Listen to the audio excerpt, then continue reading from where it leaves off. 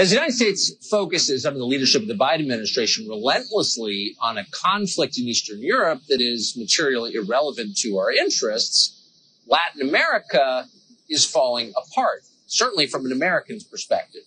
Chile is now in rapid decline and anti-American. So that leaves Brazil as the only large economy in this hemisphere that remains pro-American. It's an enormous economy, 9th biggest in the world. Brazil has some of the deepest reserves of valuable natural resources on the planet. So if you care about the future of the United States, you ought to care deeply about the future of Brazil. And you should certainly be aware of China's strong and ongoing effort to turn Brazil into a Chinese colony. Now, the president of Brazil, Jair Bolsonaro, is, again, the only pro-American leader left in Latin America. And yet, for the first year and a half of his presidency, our president, Joe Biden, ignored his existence completely. And if anything, the State Department was hostile to the Bolsonaro administration. Recently, Biden did finally meet with Bolsonaro for the very first time at the Summit of the Americas.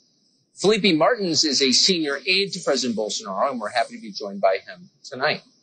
Mr. Martins, thanks so much for coming on. So your president finally met with the American president. Why do you think, considering that Brazil is the largest economy in Latin America, it took that long?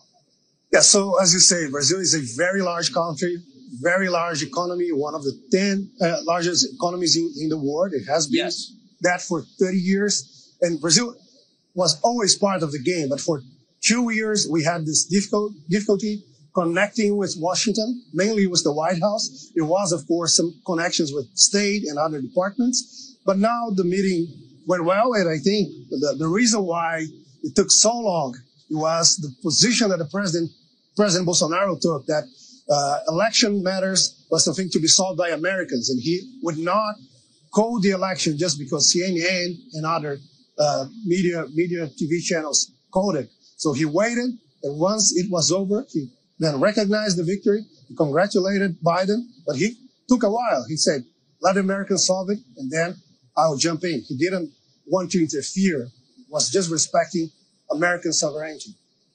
The United States, by contrast, has a decades-long history of interfering in other countries' elections. They just tried to do it in Hungary. Of course, they rigged the election in Ukraine in 2014. The election coming up in this country has grave consequences for the United States. I mean, the other candidate is openly pro-China. China's America's greatest adversary. Is your administration receiving any kind of encouragement from the Biden administration? So, as you say, since 2009, China has been gaining a position here in Brazil, and Lula da Silva is very open about his position, not only about supporting China and other superpowers into our region, but also about supporting terrorist groups, about supporting organized crime, about supporting dictatorships like Venezuela, Cuba, and Nicaragua.